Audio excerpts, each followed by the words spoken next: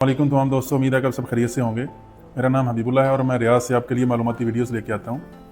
आज का टॉपिक इसलिए डिफरेंट है कि नॉर्मली हम बातें करते हैं कि जो भी बंदा इधर आता है उसकी कंपनी तंग कर रही है, उसका कफील तंग कर रहा है, या उसको आगे रिस्पॉन्स नहीं सही मिल रहा है, और ऐसी बहुत से प्रॉब्लम्स हैं, या सैलरी नहीं मिल रही है, या उसको रिहाइश अच्छी नहीं मिल रही है, या खाने के पैसे नहीं मिल रहे हैं। ये सारी चीज़ें, ये शिकायतें जो है ना, इनके टॉपिक पे बहुत सारी वीडियोस बना भी चुके हैं, आप देखते भी रहते हैं।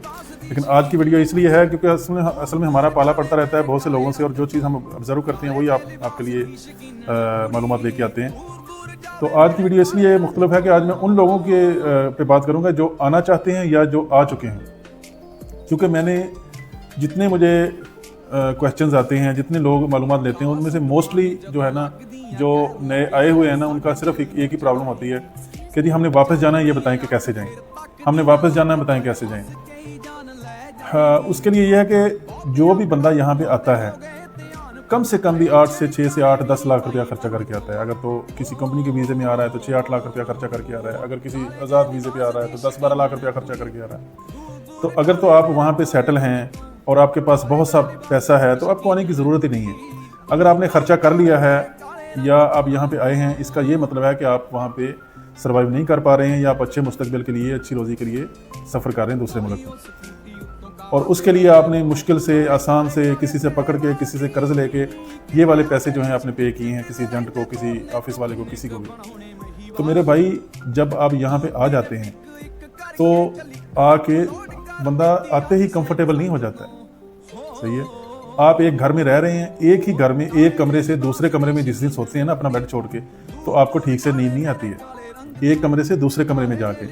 और जब आप किसी दूसरे सिटी या दूसरे मुल्क में गए हुए हैं तो कैसे आप कंफर्टेबल हो सकते हैं? नई जगह पे नए लोग, नया माहौल, नया एटमॉस्फेयर, हर चीज़ डिफरेंट होती है।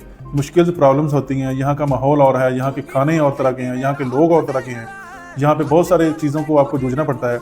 और फिर अगर आप कंपनी के वीज़े पे आ रहे हैं तो ज़ाहिर है कोई भी कंपनी या जो कफील है, ऐसा नहीं होता कि आप एयरपोर्ट पे आए हैं और आपके सामने वो लोग इकामा लेके खड़े हुए हैं कि भाई ये आपका इकामा है और ये आपकी सैलरी है, मोस्ट वेलकम। नहीं, आप जब आते हैं आपको रिसीव करने के लिए, आपको आपका डॉक्यूमेंटेशन क्लियर करने के लिए टाइम लगता है। 3 महीने का गवर्नमेंट ने लीगल टाइम दिया हुआ कि जब आप आते हैं उसमें 3 महीने आप लीगली उसी पासपोर्ट के ऊपर जो वीज़ा स्टेप हुआ है उसमें आप रह सकते हैं। तो वो अपने डॉक्यूमेंटेशन करके उसके बाद में इकामा लगाते हैं, उसमें टाइम लगता है।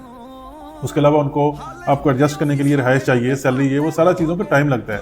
मैं ये नहीं कहता कि कंपनीज बहुत अच्छी होती हैं, कंपनीज में बहुत प्रॉब्लम्स हैं, लेकिन हमारे बंदों में भी बहुत प्रॉब्लम्स हैं।